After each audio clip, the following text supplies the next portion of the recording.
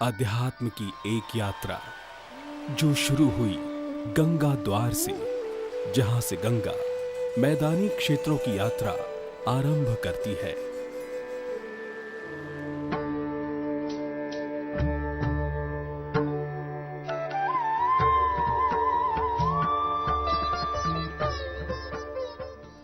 हमारे और आपकी तरह एक आम इंसान जिसने कभी ये नहीं सोचा था कि उसके जीवन में कोई ऐसा मोड़ भी आएगा जो उसके जीवन की दिशा और दशा को बिल्कुल बदल कर रख देगा।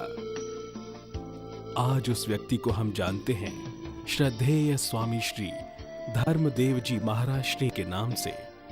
जीवन में घटित उस घटना के बाद महाराज श्री ने अपना संपूर्ण जीवन देश और समाज की सेवा के लिए समर्पित कर दिया।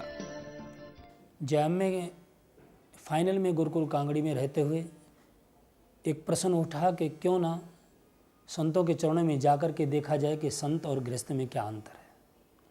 और जो ही हमने वहाँ प्रवेश करके देखा तो संतों के उस सेवा भाव को देख करके और संतों की उस आध्यात्मिक यात्रा को देख करके या कि कहिए उनके संग में जा कर के जो ही देखा तो एकदम जीवन में परिवर्तन आया।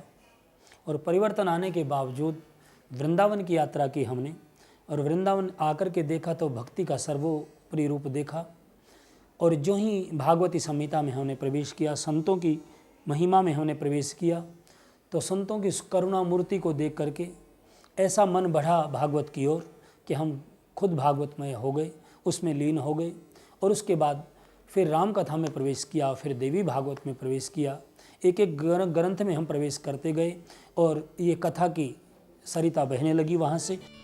श्री राम कथा, श्रीमद् देवी भागवत एवं श्रीमद् भागवत कथा के माध्यम से आपने जन जागरण का एक महाअभियान चलाया, जिसने बहुसंख्य लोगों को ईश्वर की भक्ति की ओर उन्मुख किया। तेरी लीला पे जाऊं बलिहार रसिया, मैं तो नाचूंगी तेरे दरबार। तेरी लीला पे जाऊं बलिहार रसिया, मैं तो नाचूंगी तेरे दरबार रसिया। तेरी लीला पे जाऊं बलिहार रसिया, मैं तो नाचूंगी तेरे दरबार रसिया। ओ मैं तो नाचूंगी तेरे दरबार रसिया। तेरे ही पीछे मैं तो आई हूँ अकेली, ये पीछे मैं तो आई हूँ अकेली। कथाओं के इसी क्रम के बीच महाराज श्री ने देश भर की यात्रा की, जहां एक ओर आप अपनी कथाओं के माध्यम से लोगों को जागरूक कर रहे थे, वहीं दूसरी ओर हमारी संस्कृति की आधारा गौ माता की दुर्दशा आपको निरंतर पीड़ा दे रही थी।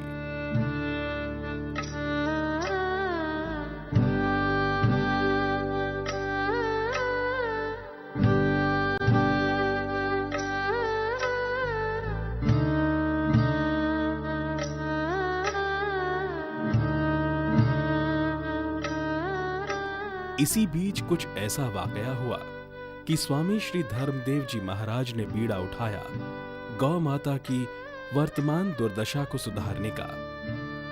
एक दिन घूमते घुमाते किसी गौशाला के निमित्त हमने कथा की, और जो ही गौशाला के निमित्त कथा की, उस गौशाला में देखा तो बहुत बड़ी दुर्दशा देखी गौवों की। क्या कि 18-19 गौवें उसमें अस्वस्थ पड़ी हुई हैं और उनका इतना बुरा हाल है कि उनकी बीमारी का कोई इलाज नहीं मिल रहा। फिर डॉक्टरों की टीम को वहाँ हमने बुलाया, और डॉक्टरों की टीम को बुलाने के बावजूद उनका ट्रीटमेंट शुरू हुआ। यद्यपि एक ही रात में 6-7 लाख रुपया उनके ऊपर खर्च किया गया, लेकिन केवल एक ही गौ बच पाई उनमें से, और सारी खत्म हो चुकी थी। क्यों?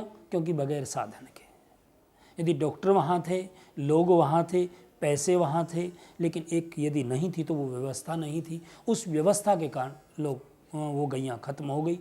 बस उसी दिन एक पीड़ा उठी दिल में, क्योंकि मैं कोई अकेला नहीं था वहाँ। डॉक्टर साहब सिंह वर्मा, भूतपूर्व मुख्यमंत्री दिल्ली, उनके भ्राताश्री मास्टर आज़ाद जो वर्तमान में डिप्टी मेयर हैं दिल्ली के, तो वो मेरे साथ थे। उन्होंने एक निवेदन किया, महाराज श्री इस गौ हॉस्पिटल के निमित्त कुछ किया जाए, यदि नहीं होगा तो ये गौएं ऐसे तड़प तड़प के मरेंगी। वृद्ध, असहाय, बीमार एवं दुर्घटना में घायल हुए गौवंश के इलाज एवं सेवा के लिए महाराज श्री द्वारा एक गौ अस्पताल के निर्माण का संकल्प लिया गया।